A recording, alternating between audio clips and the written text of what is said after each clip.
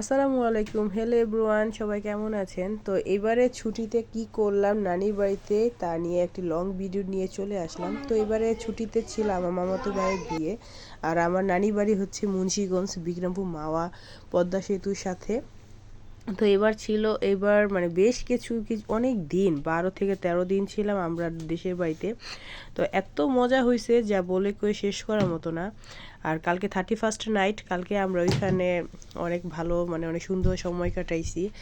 আর শীতের কথা কি বলবো, প্রচুর শীত ছিল এবার। তো শীতকে মানে আনন্দর কাছে শীত হার মানবে, এটাই স্বাভাবিক। তো আমরা যখন ভাই বোনরা সব একত্রিত হই তখন আমাদের অনেক মজা হয়। রাগ অভিমান তো তাও আছেই, তা তো বলে শেষ করার মতো না, কিন্তু ভালোবাসাটা আমাদের মধ্যে সবচেয়ে বেশি কাজ করে।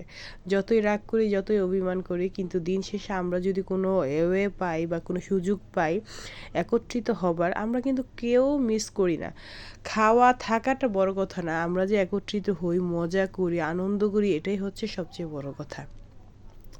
আর কতদিনই বা বাঁচবো, আমরা যতদিন বাঁচবো আমরা দোয়া করি আল্লাহর কাছে, সবাই দোয়া করবেন আমরা যেন সবাই একত্রিত থাকে, এভাবে যেন সারাটা জীবন পার করতে পারি। আমাদের ভাই বোন ভাগিনা এবং খালা মামা যারা আছে, আত্মীয় স্বজন যারা আছে, সবাইকে নিয়ে যেন একটা সুন্দর একটা জীবন যাপন করতে পারি যতদিন বাঁচি।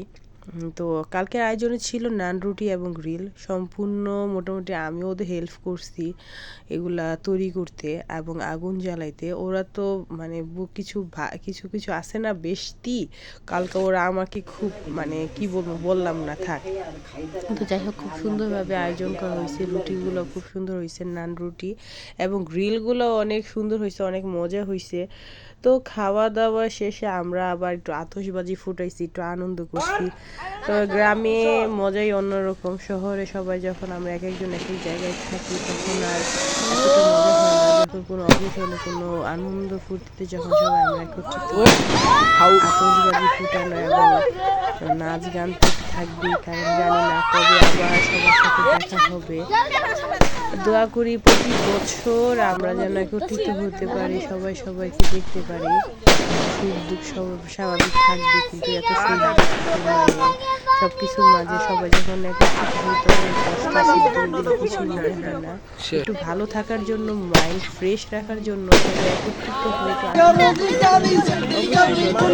অ্যাটলিস্ট যখন থেকে আমাদের মানে রাত 12টা বাজে যায়, নতুন বছর শুরু হয়ে যায়, তখন শুরু হয়ে যায় ওদের নাচ গান, বছরটাকে বরণ করে নেওয়ার।